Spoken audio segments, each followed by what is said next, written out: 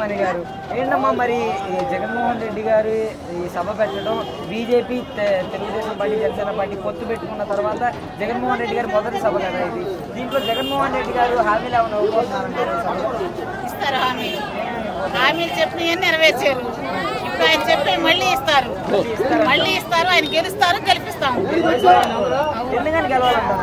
గెలవాలంటే పేద మంది వచ్చాడు, ఎన్నో పేరు చేశాడు, ఎన్నో పథకాలు ఇచ్చాడు, అమ్మఒడి ఇచ్చాడు, ఆసరా, చేయూత, రైతు భరోసా అన్ని చాలా ఇచ్చారు. పథకాలు ఇవ్వడం వల్ల ఉపయోగమే లేదనేసి చాలా మంది అయితే మాట్లాడుతున్నారు. అది వాళ్ళ ఇష్టం, మా ఇష్టం అయితే ఆయన పథకాలు ఇచ్చాడు కాబట్టి మేము ఆయన గెలిపించుకోవాలి. చంద్రబాబు నాయుడు ఏమో ఆడపడుచులకు మంచి జరగాలంటే నేను అధికారంలోకి వస్తాననేసి మాట్లాడుతున్నాడు. ఎందుకు అడుగుతాను? ఆయన చెప్పి ఏమి నెరవేర్చలేదు కదా, అందుకని మేము జగన్మోహన్ రెడ్డి గారిని గెలిపించుకోవాలి. మరి ఆడపడుచులకి సంక్షేమాన్ని అందజేయడం ఒక చంద్రబాబు నాయుడు గారితోనే సాధ్యమైన నారా భువనేశ్వరి గారు చెబుతున్నారు. అవన్నీ అబద్ధాలే. మరి ఇప్పుడు చంద్రబాబు నాయుడు పవన్ కళ్యాణ్ కలిసి పోటీ చేస్తున్నారు కదమ్మా. ఈ పొత్తు వల్ల జగన్మోహన్ రెడ్డి గారు భయపడే అవకాశాలు ఉన్నాయి?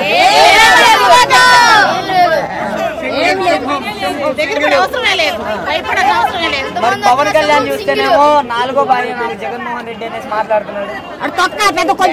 చంద్రబాబు భార్య అంటే జగన్మోహన్ రెడ్డి గారు కళ సంబంధమే లేదు. మరి ఫైనల్ గా జగన్మోహన్ రెడ్డి గారికి 170 స్థానాల్లో ఎన్ని స్థానాల దాకా రావచ్చు అంటారు?